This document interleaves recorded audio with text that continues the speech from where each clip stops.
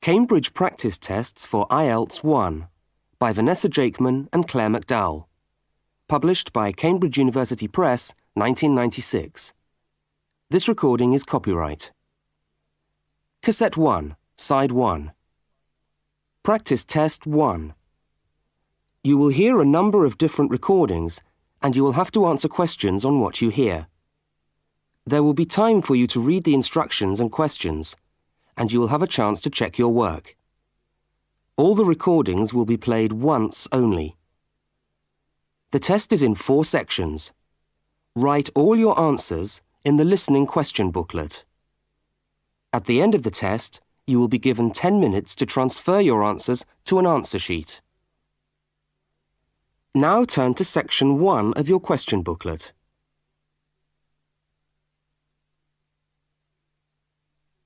Section 1. You will hear a telephone conversation between a woman and a police officer. First, look at questions 1 to 5. For each of the questions, 4 alternatives are given. Decide which of the alternatives, A, B, C or D, best fits what you hear on the tape and circle the appropriate letter.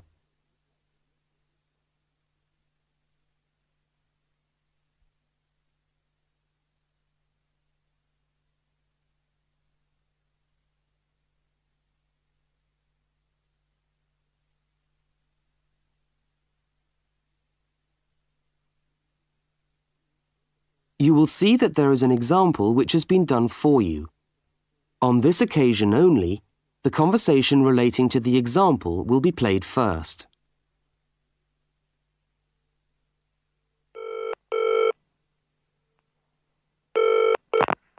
Good evening, City Police Station. Can I help you? Oh, hello. I'd like to report a stolen briefcase, please. Just a minute and I'll put you through. The woman says she wants to report a stolen briefcase, so A has been circled. Now we shall begin. You should answer the questions as you listen, because you will not hear the recording a second time. Now listen carefully to the first part of the conversation and answer questions 1 to 5.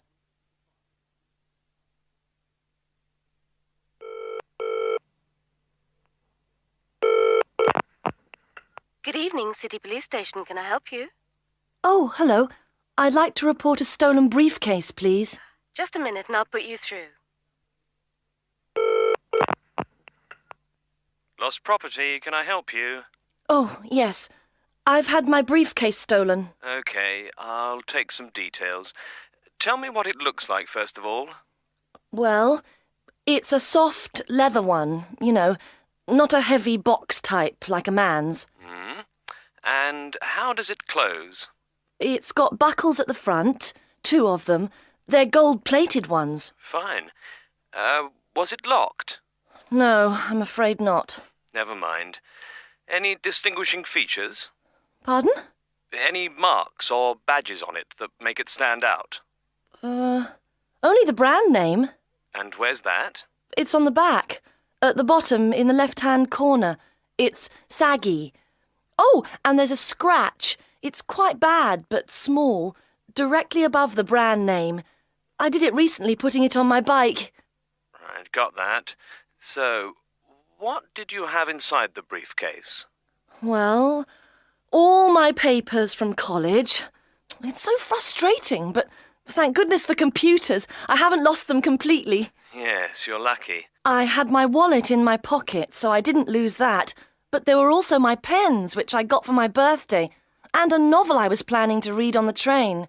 Right. Where exactly did you lose the briefcase? Well, I couldn't believe it. I was standing on the platform. It was right next to me. You were holding it? I'd just put it down on the floor, but I could almost feel it beside me. I was watching for my train because sometimes it comes early, and then next time I looked, my briefcase wasn't there. And what time was this? It must have been about 5:20.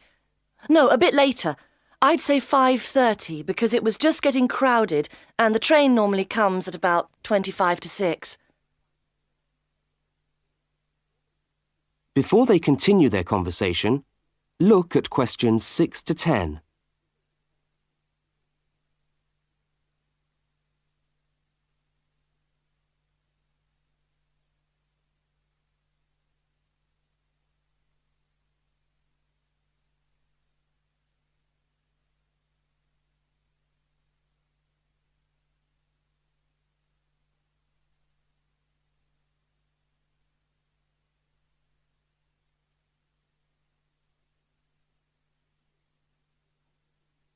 As you listen to the rest of the conversation, complete the form by filling in the numbered spaces 6 to 10. Right, if you'll just give me some personal details. Yes. What name is it? I'm Mary Prescott. Can you spell that? Yes, it's Prescott.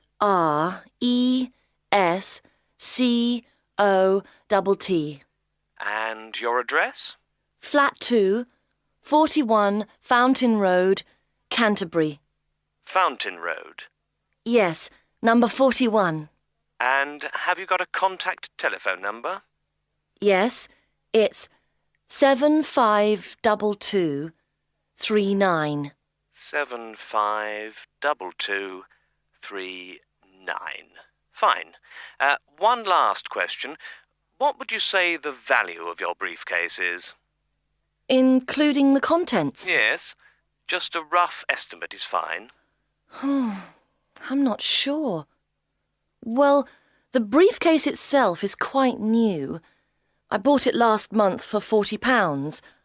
I suppose about £65. The contents are worth about £20 or £25 at least. That's fine.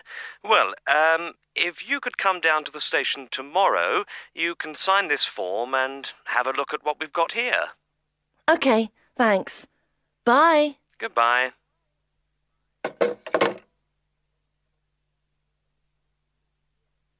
That is the end of section 1.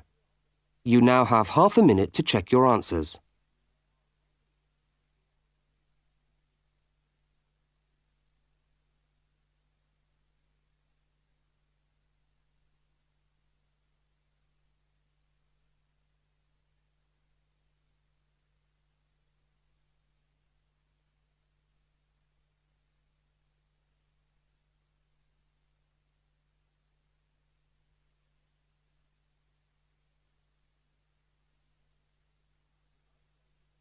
Now turn to section 2.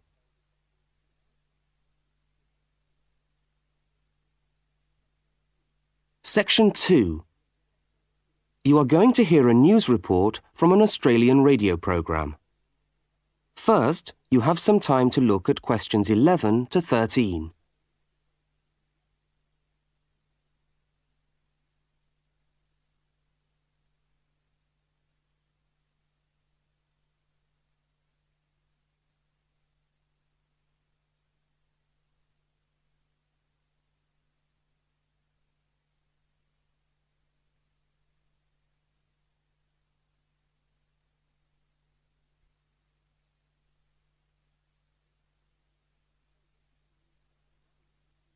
Now listen to the news headlines and tick the 3 other items which are mentioned.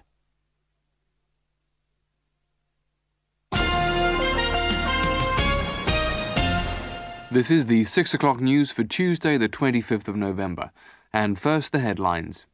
The Prime Minister has promised to help the drought-stricken farmers in the northern part of the country who haven't seen rain for nearly 2 years.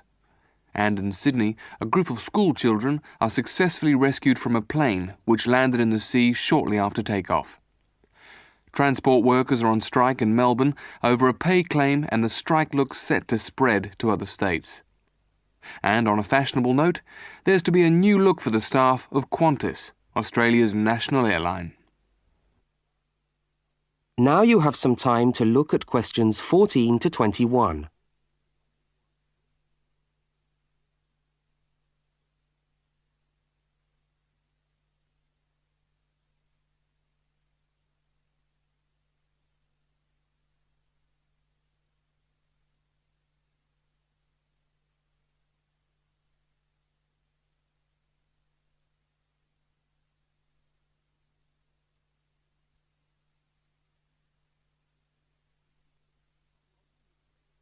As you listen to the rest of the news, complete the notes in the spaces provided. The Prime Minister has pledged today that he will make $250 million available to help the drought-stricken farmers who have not seen rain for years get through the next 5 years. Money that was to have been spent on the restructuring of Sydney's road system has been reallocated to what the Prime Minister described as a more worthy cause. Farmers are to receive financial assistance to help see them through the worst drought in over 50 years. Many farmers feel that while the money is welcome, it has come too late to save them and their farms from financial ruin, and are angry that the government did not act sooner. A group of school children who were travelling in a privately chartered aeroplane from Sydney to Queensland to take part in a musical concert found themselves swimming for the shore when their aeroplane had to land in the sea just 3 minutes after taking off from Sydney Airport. The pilot managed to bring the aircraft and its 50 passengers down safely in the calm waters of Botany Bay, where boats and pleasure craft were able to come to the rescue of the boys. The fact that it was a weekend meant that there were hundreds of boats in the bay enjoying the good weather, and this undoubtedly helped the rescue operation. "We owe our lives to the skill of the pilot," said one of the boys, but the pilot replied modestly that it was all part of a day's work. However, all their musical instruments were lost and they never got to play at the concert. That is the end of section 2. You now have half a minute to check your answers.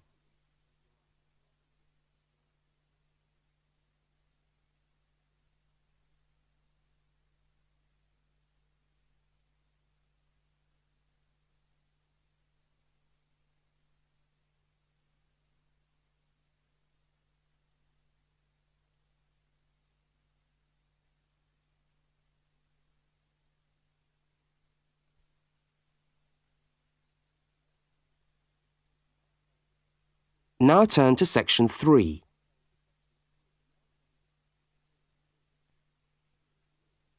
Section 3. In this section, you will hear a conversation between a university student and a university lecturer. Look at questions 22 to 25. For each of the questions, 4 alternatives are given. Decide which of the alternatives best fits what you hear on the tape and circle the appropriate letter.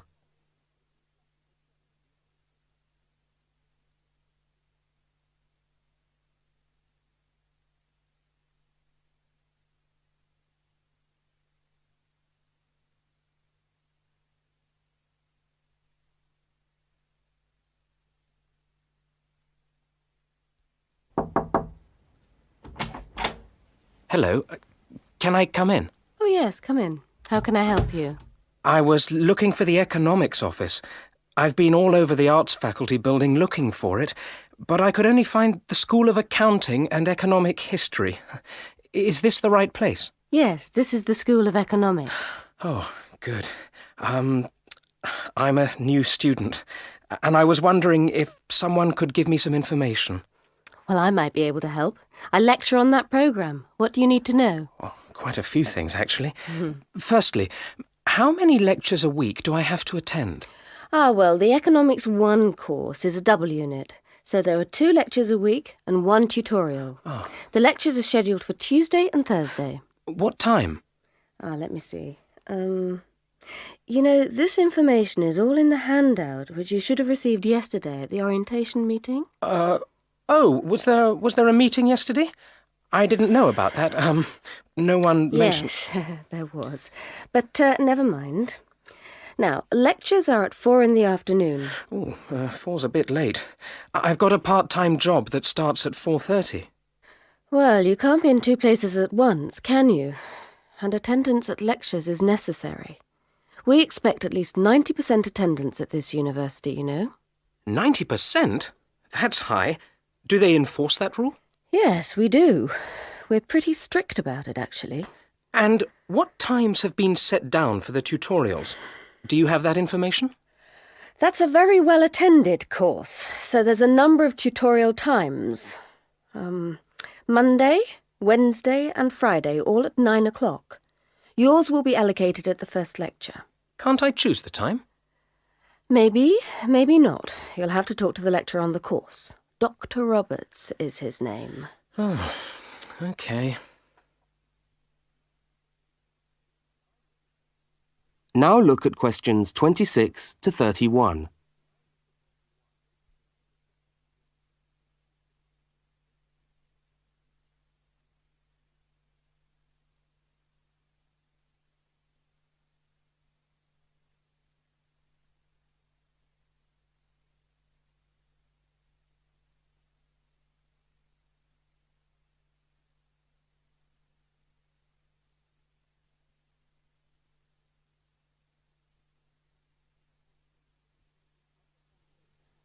As the conversation continues, complete the notes in the spaces provided. Anything else I can help you with while you're here? Well, yes, actually. Do you know what the course requirements are? I mean, how much work is expected for this course? Well, you have to complete a tutorial paper. What does that involve? Well, it's a piece of work on a given topic based on some set reading texts. You'll have to give a small talk to your tutorial group. Oh, how long does that have to be? Oh, about 25 minutes usually. I have to talk for 25 minutes? Yes, that's right. And then you have to write up your piece of work and give it to the lecturer to be marked. Right. And is that all? No! You also have to complete a 3,000-word essay on a topic. Can I choose the topic? Yes, usually you can. Right. That shouldn't be too bad. And in addition to that, there is an exam. An exam? What sort of exam? Well, it's an open book exam. Does that mean I can have the textbook with me during the exam? Yes, that's right. And can you give me any idea about the content of the first year of economics, so that I can get into some reading? Well, you'll be getting the reading list next week when lectures start. All the books are in the library. Yes, but won't everyone else take them out as soon as they get the reading list too? Well, yes, they might. But most of the important ones are held in closed reserve. That's a part of the library where you can go to read books, but you can't take them out of the building. What did you call that section of the library? Closed reserve. However, we do recommend that you buy the core books. You'll find them useful and you'll need them for the exam. Yes, I suppose I will. But what is the focus of the course? Well, the course at this university has a vocational focus. That is, a focus on preparing its graduates for work. So we're orientated very much towards employment. Oh, so my chances of getting a job are good. Well, provided you get good results. Well, look, thanks for your time. You've been really helpful. That's fine. See you next week, then.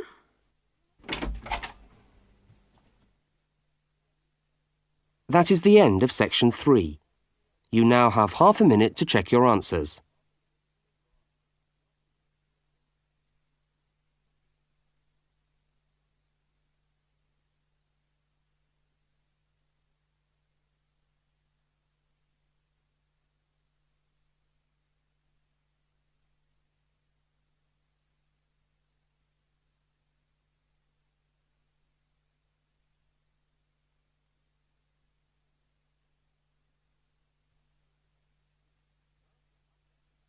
Now turn to section 4. Section 4. You will hear a talk given by a university lecturer about the structure of the university. First, look at questions 32 to 36.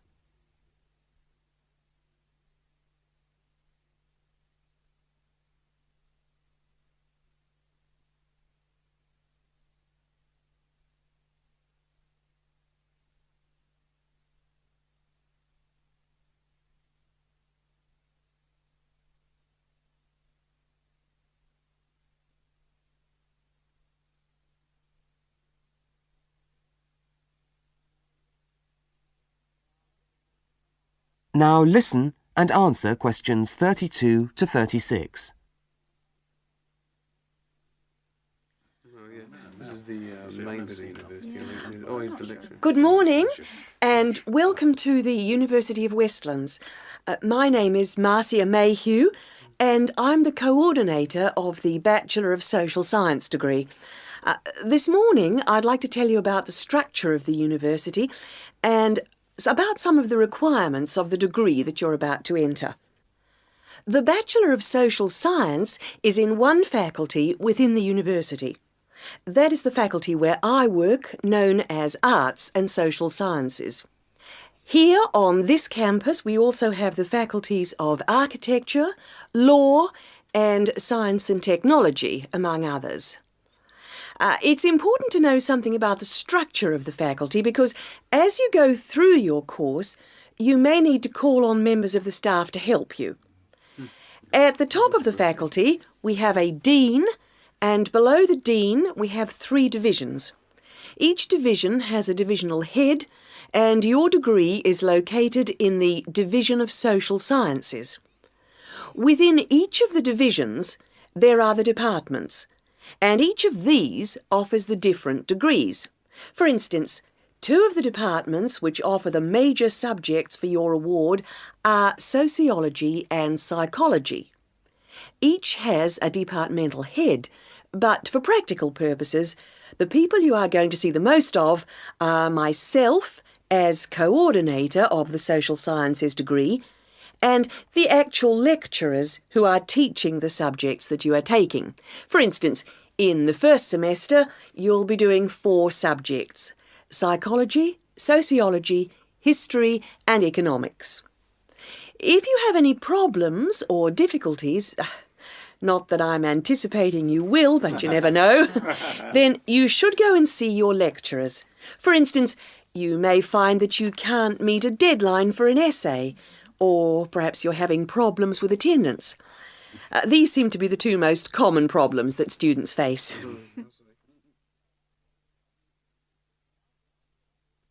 Now look at questions 37 to 41.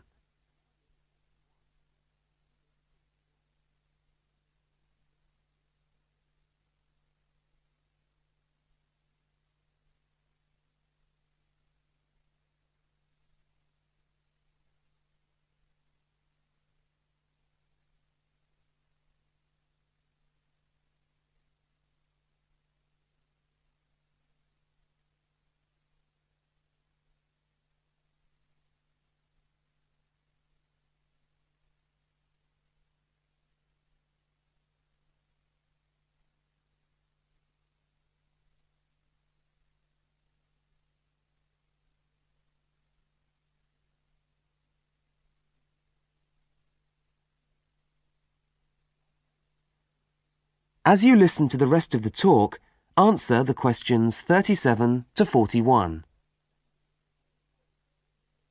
If your lecturers are unavailable, you can always come and see me in my office. I'm available on Wednesday and Thursday mornings and on Friday afternoons. Outside these hours, perhaps you could ring the secretary and make an appointment. Now, you'll note that all of the subjects which you undertake in the first year are composed of lectures and tutorials. A lecture is about an hour long and a tutorial usually runs for about 2 hours. A lecture is rather like what I'm doing now, where one person will talk to all of you together on a subject. Now, we do ask you to try to attend the lectures.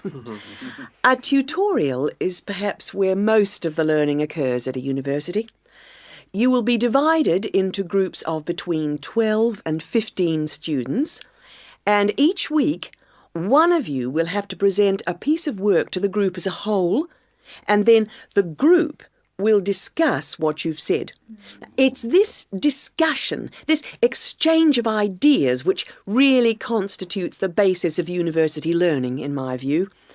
Listening to lectures in many ways is just giving you information that you could access for yourself in the library.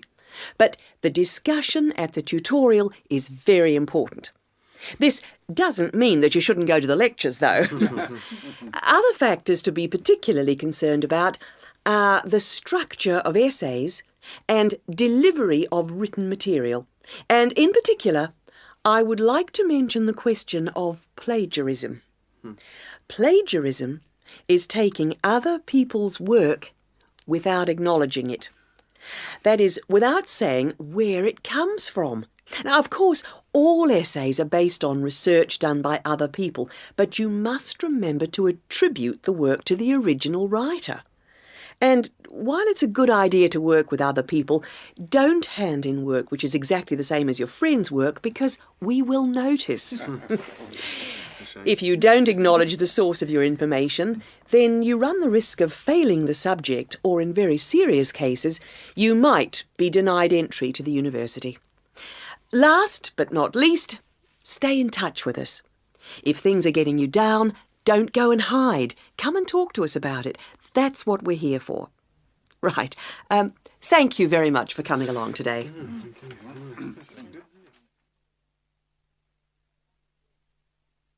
That is the end of section 4. You now have half a minute to check your answers.